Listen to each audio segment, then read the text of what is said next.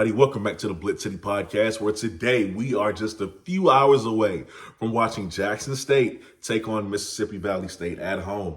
Now, we all expect Jackson State to win this game pretty handedly, pretty quickly.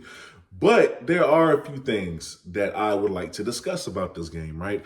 Before the season started, we were all excited for Valley. We were all giving Valley their props and saying how, oh my God, with the offseason additions that they've made, nobody should overlook Valley. They are not a homecoming team. You definitely have to take Valley serious. And you should take every opponent seriously because anything can happen on any given Saturday. With that being said, I'm no longer that confident in Mississippi Valley. Why? Specifically last week, I could handle you guys losing to other FCS schools because I saw the fight in you. I saw the fight in Valley earlier on in the first 2 weeks. But last week, losing to Mississippi Delta did it for me. It took away most of the confidence that I have for Valley. And that's not a diss to them because, again, I was on their side. But, man, that loss is just something that cannot happen. I don't care how good a Division II program is. You should not be losing to a Division II program. You have the number one quarterback in JUCO. You made all these – you even got some of Jackson State's players from last year. There should be no reason why you were losing to a Division II school. With that being said, Jackson State should win this game handedly. All they literally have to do is not play down to their opponent because, again, they can do that sometimes. Jackson State can come out slow, make mental mistakes. Like Shador with fumbles, like we saw that last week. Hopefully that stops there and that doesn't pick up. But, dumb penalties, stuff like that. If they avoid those things and play like we know they can play, if they just, play great football, have the best game of the season so far, it's going to be over pretty quickly. That's all. Just do not play down to your opponent. Don't give Valley life. Don't give them motivation. And you're good. That's literally that. My expectations, Shador has a day. I mean, you should tear that defense up. No excuse why you shouldn't, right? If the receivers are catching passes and they on their A game, it should be about 400 yards or in the high 300s at least. All right, I'm looking for at least 4 to 5 touchdowns.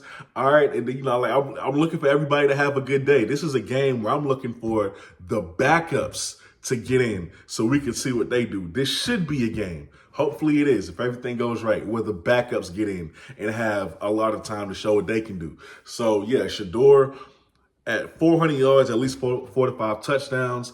All right, I'm looking at the run game. Sivion Wilkinson, he gets over 100 and some change. He gets a couple touchdowns under his belt, a nice few highlight runs. Receiving-wise, I don't know I'm not even going to predict who's going to be the receptions leader or anything, but I'm looking for a lot of nice plays to be made. As a matter of fact, I'm really looking for a guy like Kevin Coleman, who I want to see a little bit more of.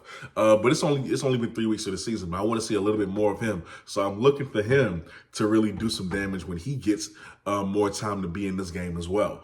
Switch to the defensive side. I'm looking for absolute dominance. I mean, we know that front seven has just gotten a little bit better. You know why? Because everybody's back now. True Thompson is back. Frankie Burgess is back.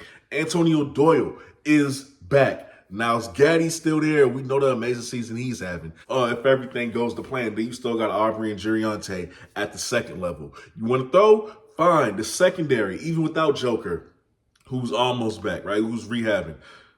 It's like pick your poison, man. Pick your poison. That defense should dominate. Overall, this should not be close. It's a home game. Your fans, you're expecting what, 35, anywhere between 35 and 40,000, I think, for this game. This shouldn't be close. This should not be close. We should walk away from this game today with a lot of highlight plays.